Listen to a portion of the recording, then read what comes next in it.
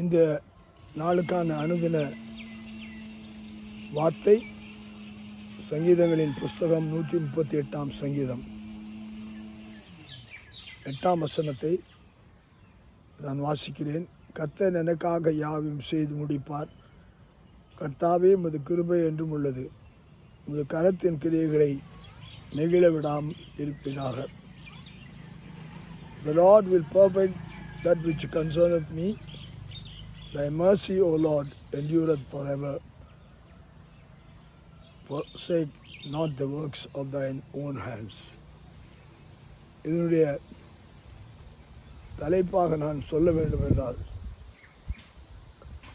Loyal love, உண்மையான அன்பு என்றுதான் நான் சொல்ல வேண்டும். Loyal love. ஆண்டவர் அன்பாக இருக்கிறார்.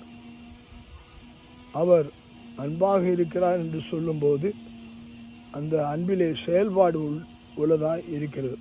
அதை தான் சங்கீதக்காரன் உணர்ந்தவனாக அவனுடைய வாழ்க்கையிலே ஆண்டவர் அநேக சூழ்நிலை மத்தியிலே அவனை காப்பாற்றி வழி நடத்தி சிங்கத்தின் வாய்க்கும் கரடியின் வாய்க்கும் தப்புவித்து கோலியாத்தை வீழ்த்தத்தக்கதான பலனை தந்து அந்த பெலிஸ்தரிடத்தில் இருந்த இஸ்ரவேல் மக்களை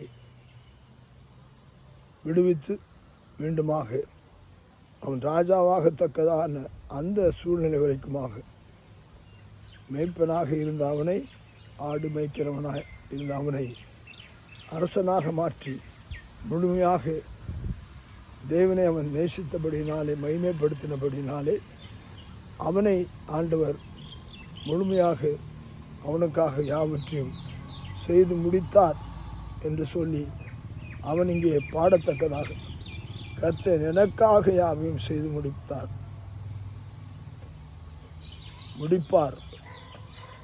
என்று சொல்வது மட்டுமல்ல, முடிப்பார், இன்னும் செய்து முடிப்பார் என்று சொல்லி இஸ்ரவேலு